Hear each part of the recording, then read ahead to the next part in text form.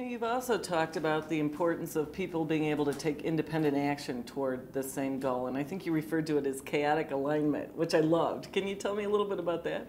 Well, I think with leadership needing to emerge from the community,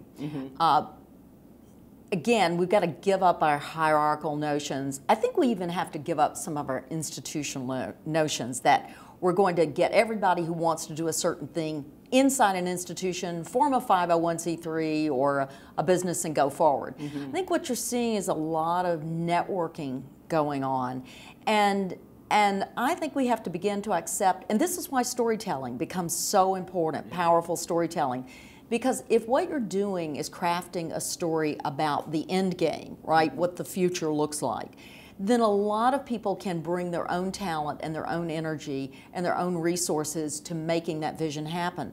But I think we have to be comfortable with that, and that's why I call it chaotic alignment, because it's the story that is aligning the efforts, but it's quite chaotic because it's not institutionalized and it's not hierarchical. You know, it's interesting because one of the things that's happening with a lot of companies today too is that they're finding that the way companies organize is entirely different.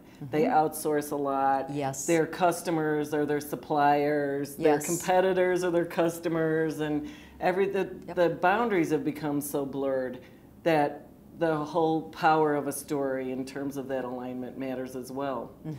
And it is very chaotic. I think a lot of people are struggling with that too and feeling like something's wrong. Exactly. Because it's chaos.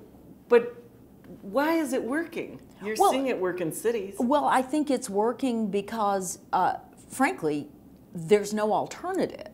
So I think that I think you said something very important, and that's we've got to get comfortable that this is the new normal. Right, right. And if we don't, we're going to continue to wait for the old ways to return, and it's just not going to happen. So the sooner you get comfortable with what we call chaotic alignment, I think the sooner you're going to succeed in a very different world.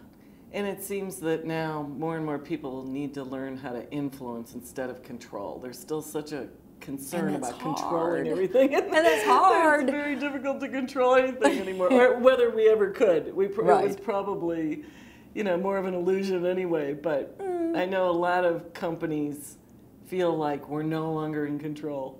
That's right. Yeah.